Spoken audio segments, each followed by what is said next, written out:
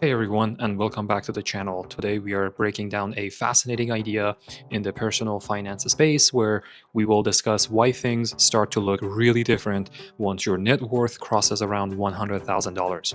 It is not magic, and it's definitely not a guaranteed ticket to wealth. It's simply the point where numbers, time, and behaviors start interacting in a new way. In this video, we'll unpack what actually changes, why the number matters, both from a mathematical and psychological perspective, and how one might reach this stage efficiently without hype or unrealistic expectations. But before we jump in, I want to quickly highlight that I'm not a licensed financial advisor. This video is for educational and informational purposes only. It is not financial advice. Always do your own research and consult with a licensed financial professional before making any investment or financial decisions. For most people, the first $100,000 in net worth is hands down the hardest to build. At the beginning, your progress depends almost completely on your savings rate, what you can earn, what you can save, and how consistently you can keep that going.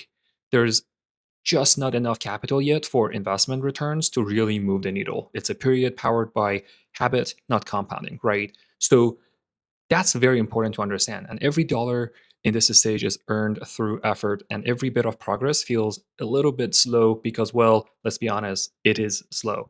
And also, let's be honest about the fact that it can feel discouraging when you are doing everything right. You are cutting costs, you are staying disciplined, but the numbers just barely move. But as your capital base grows, the math starts to change, and that's when the dynamic really shifts. Okay, let's now run some quick numbers. A 7% annual return on $10,000 is $700. Not bad, but it doesn't move the needle as much. Now, the same 7% on $100,000 is all of a sudden $7,000 before you even consider a single new contribution. So, this is where the $100,000 marks an inflection point. It's where returns finally start to play a meaningful role in a person's financial growth. The math hasn't changed, but the base has, and that's where the magic is. And once the base is large enough, time and compounding begin to pull more of the weight. There is also a mindset shift that happens around this point. When you finally start seeing compounding in action, even in small amounts, you begin to feel how money grows over time. Your focus moves away from quick wins and toward long term systems where you're seeking steady contributions, managing risk, and keeping emotions out of your decisions. Here's one more interesting thing that happens in this stage. It is very common for people in this stage to stop reacting to every market dip and to pay more attention to diversification and lower cost investing opportunities and thinking in years instead of days. So, what does this actually mean for you? Hitting $100,000 isn't just a financial milestone, but it's an educational one. It's when you start to get how compounding really works, how risk behaves, and how patience literally pays. When I think about how I want to get there faster, there are five areas that I focus on. Number one, keeping a solid savings rate relative to my income.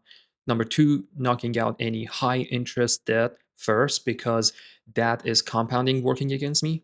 Number three, I would like to automate my investing so that I stay consistent and I don't have to think about it. Number four, I look for low cost investments so that more of my returns stay mine. And number five, I stick with it through volatility. This really means time in the market beats timing the market. Time does the heavy lifting when it comes to investing. And interestingly enough, none of these tactics are flashy, but these simple moves make the math work really well for me. So when people say everything changes after 100K, what they really mean is that the mechanics of growth start to shift. Your effort still matters, but it now works alongside the quiet power of compounding and time. The real takeaway isn't to chase that number, it's to understand why it matters. The understanding helps you make calmer, smarter financial choices no matter where you are on the journey.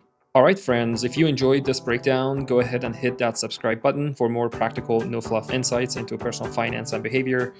As always, thanks for watching and see you in the next video.